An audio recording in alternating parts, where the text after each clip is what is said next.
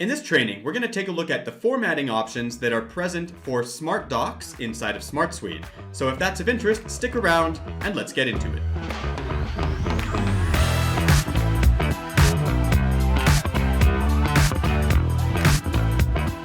All right, let's hop on into my screen, and before we get going on the actual formatting, we have to start and make sure that we already have the SmartDoc field inside of our app.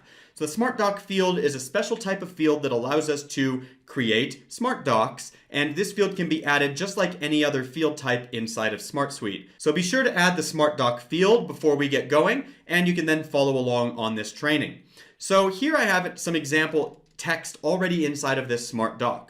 I can expand this particular area just by clicking right here, or I can hold Shift and hit Spacebar, and it's going to open up that SmartDoc. So here I've got some text and some more text and even more text. And if I want to format this text in any way, all of my options are up here on my toolbar. So let's say, for example, we wanted to make this text really stand out. We might choose to embolden it. So we can highlight the text, go up to the top and click bold. And also we can use the hotkeys that would work inside of other document generators. So we can hit Control or Apple B in order to bring in bold. Similarly, with italics, we can hold down Control or Apple I for the italics, or we can just hit the switch right there inside of the formatter on the toolbar. We similarly have the ability to underline and strike through as well. And then we can also impact the text alignment. So if we want to center that text in our doc, or keep it left justification or right justification, we can do all of that right there. We also have the ability to upgrade this text to a header, normal or small text. One of the values of using headers we talked about in the table of contents section. So you might want to go and rewatch that, because the table of contents inside of SmartDocs really helps keep you organized.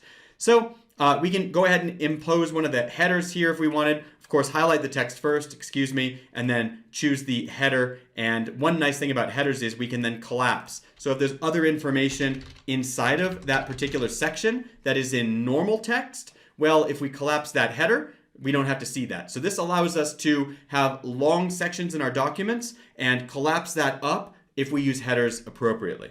So other options here are changing the text color. We might want to go with a different color on the text. So there's some green for you, for example, or as you might imagine, we have a bunch of different options. Let's go with red here. So we can change the color. We can highlight information. So if we want to just highlight that with a little highlighter to make it pop a little more, we can do that. And then of course we get into some other more advanced options where, for example, we might want to make this code. So we would highlight it and this would then present it as code. So little code snip right there.